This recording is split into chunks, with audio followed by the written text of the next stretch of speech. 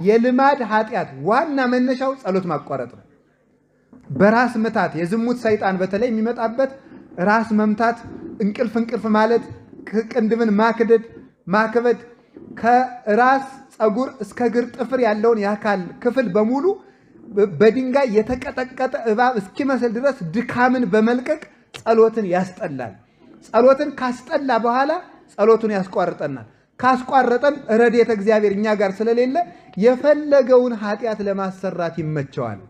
ኃጢያተኛ ለመሆን የመቅሰፍት ሁሉ መጀመሪያ ምንድነው ካላችሁኝ?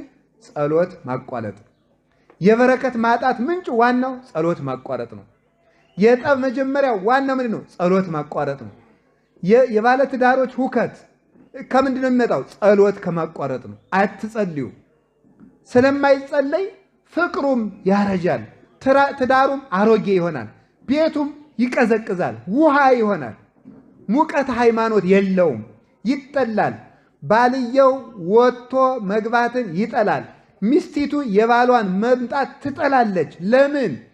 ጸሎት የተለየው ትዳር ስለሆነ ቀዝቃዛና የተጠላ የነገር እሾህ የወረሰው ይሆናል ማለት ነው።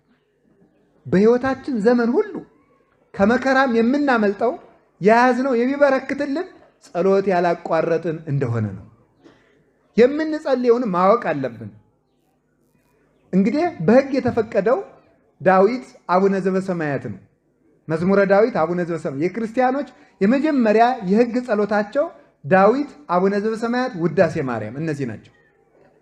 ከዚያ በኋላ ደግሞ በርታ ሲል ገድለ ቅዱሳን ከቅዱሳን ገድል አንድ ይጨምራል። ሲበረታ ቅዳሴ ማርያም ይጨምራል። ሲበረታ ወንጌለ ዮሐንስ ይጨምራል። ከዚያ በኋላ ጎልጎታ፣ አርጋኖን እያለ ይጨምራል። አሁን ግን ማን እንደፈጠረው የማይታወቅ የጸሎት ጋጋታ ሞልቷል። አሁን መዝገበ ጸሎት የሚባል አለ። የሆነ ጥርቅም ማለት እንዳይከፋችሁ እሺ።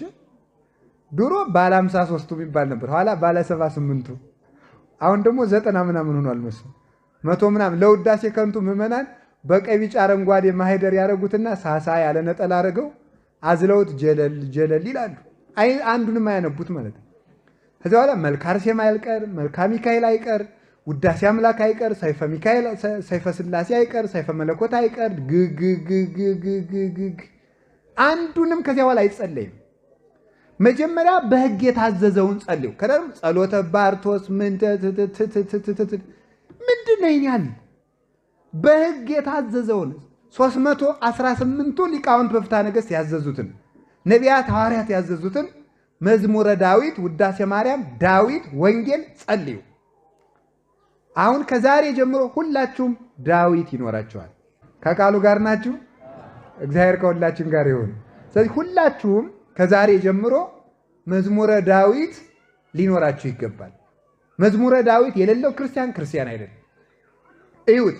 ስርዓት ምን ያስተምርናል ካላችሁ ገድለ ቅዱሳን፣ ስርዓተ ቤተክርስቲያን። አሁን ይውላችሁ ተክሊል ሲፈጸም ዳዊትና ውዳሴ ማርያም ነው የሚደገሙ፣ ምንም አይደለም ሌላ። ወንጌል አለቀ። እሺ ክርስትና ሲነሳ ዳዊት ውዳሴ ማርያም ነው የሚጸለየው፣ ወንጌል ነው የሚጸለየው።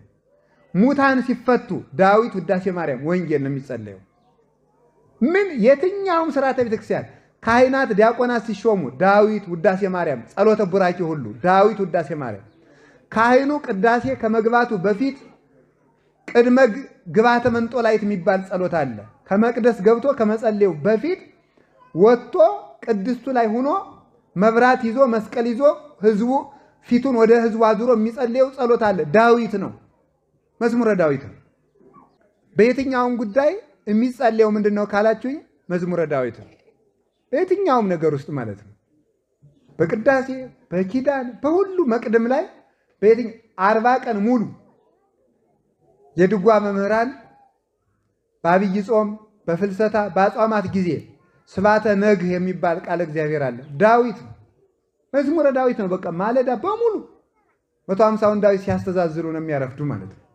ዳዊት ነው የሚጸልዩ። ስባተ ነግህ የቅዱስ ያሬድ ቃል እግዚአብሔር ብዙ ነው። ምዕራፍ የሚባል መጽሐፍ አለ፣ ሙሉ ዳዊት ነው።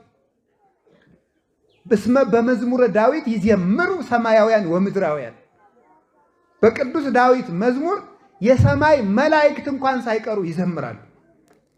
ያንን አስትቶ የማናውቀውን ጸሎት ነጋዴ እየሰበሰበ ያሳትማል መጸለይ።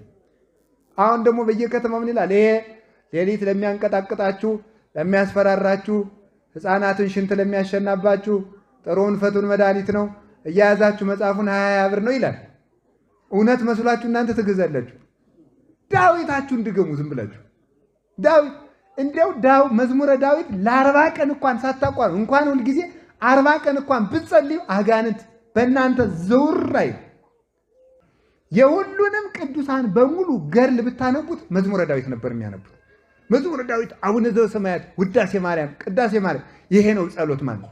አሁን ከዛሬ ጀምሮ የምትጸልዩዋቸውን ጸሎች ቁጭ አድርጓቸው። የሕጉን ያዙና ሌላ ትጨምራላችሁ። ስለዚህ የሕጉን ያዙና መዝሙረ ዳዊትና ውዳሴ ማርያም ላለማቋረጥ ለራሳችሁ ቃል ግቡ። ከዛሬ ጀምሮ ነገ ጧት ሁላችሁም መዝሙረ ዳዊት እንድትገዙ። መዝሙረ ዳዊት ሁላችሁም የሰንበት ትምህርት ቤቱም ሱቅ አለው አይደል? ዳዊት አለው አለ። እዚያ ግዙ። ሄላችሁ አምጡ። ሄላችሁ እናንተም ባህር ዳር ዳችሁ አምጡ። ሰሞኑን እስከሚቀጥለው ሳምንት መንፈሳዊ ፕሮጀክት ምዕመናን እየሰማችሁ ነው። መዝሙረ ዳዊት ገዝታችሁ ጸልዩ። እርግጠኛ ሆኜ ነው የምነግራችሁ፣ የፈለጋችሁትን ነገር ይመልስላችኋል መድኃኔዓለም። እምነቴን ነው እንጂ እንደ ቅዱሳን ጸጋ ኑሮኝ አይደለም እንደዚህ የምለው። እምነቴን ነው የምነግራችሁ። በሕግ የታዘዘውን ነገር አድርጉ። ሕግ የሚለው ይሄ ነው።